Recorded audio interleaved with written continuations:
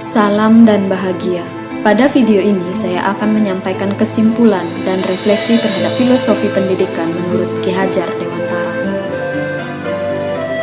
Dulu, sebagai seorang guru, saya sering merasa marah saat saya melihat anak-anak bermain di ruang kelas, apalagi saat saya mengajar. Saya juga merasa stres saat ada anak yang tidak mengerti sama sekali padahal materi sudah dijelaskan berulang kali.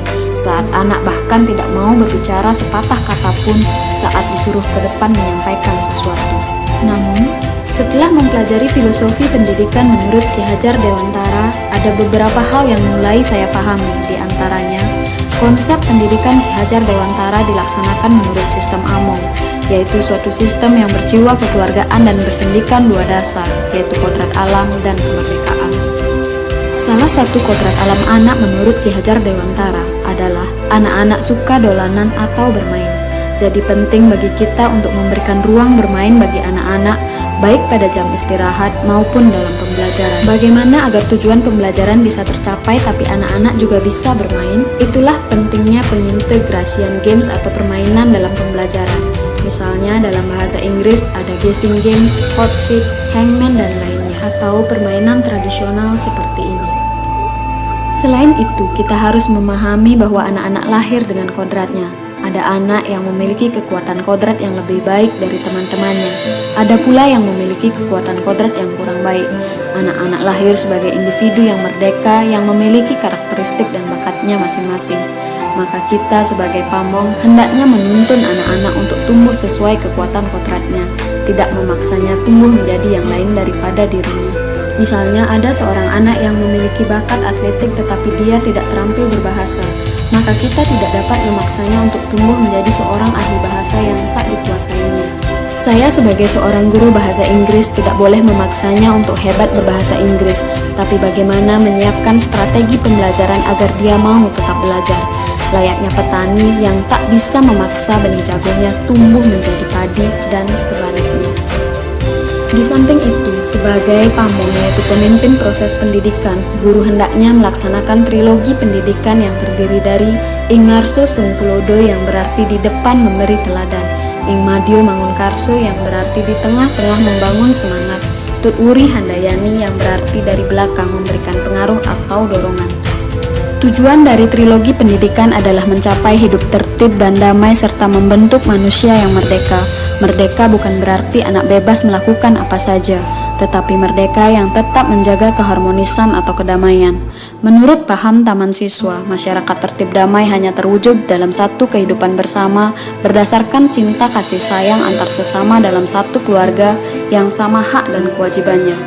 Maka dari itu, untuk tercapainya tujuan trilogi pendidikan ini, guru atau pamong dapat menanamkan pendidikan budi pekerti. Budi pekerti menurut Ki Hajar Dewantara adalah bersatunya antara gerak pikiran atau cipta, perasaan atau rasa, dan kemauan atau karsa untuk menghasilkan tenaga atau semangat. Budi terdiri dari cipta, rasa, dan karsa, sementara pekerti adalah tenaga.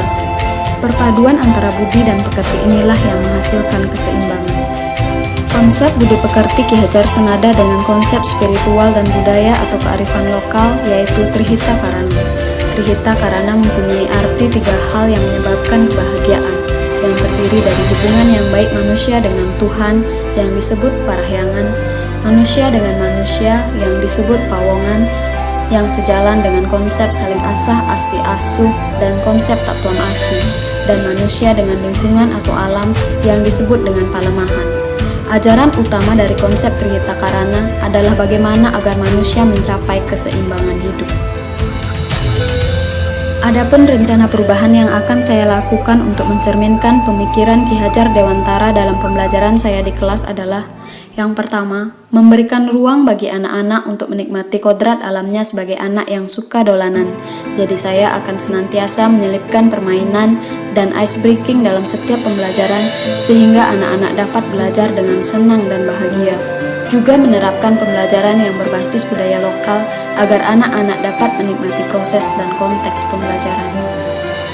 Yang kedua, mengambil peran sebagai pamong yang berpegang pada trilogi pendidikan, di depan menjadi tauladan bagi anak-anak dalam penguasaan materi pembelajaran, juga dalam bersikap dan bertingkah laku, menerapkan konsep budi pekerti dan trihita karana dalam pembelajaran, di tengah membangun semangat semua anak-anak, dan dari belakang memberikan dorongan atau motivasi bagi anak-anak untuk maju, tampil untuk berkarya, dan berprestasi sesuai dengan bakatnya.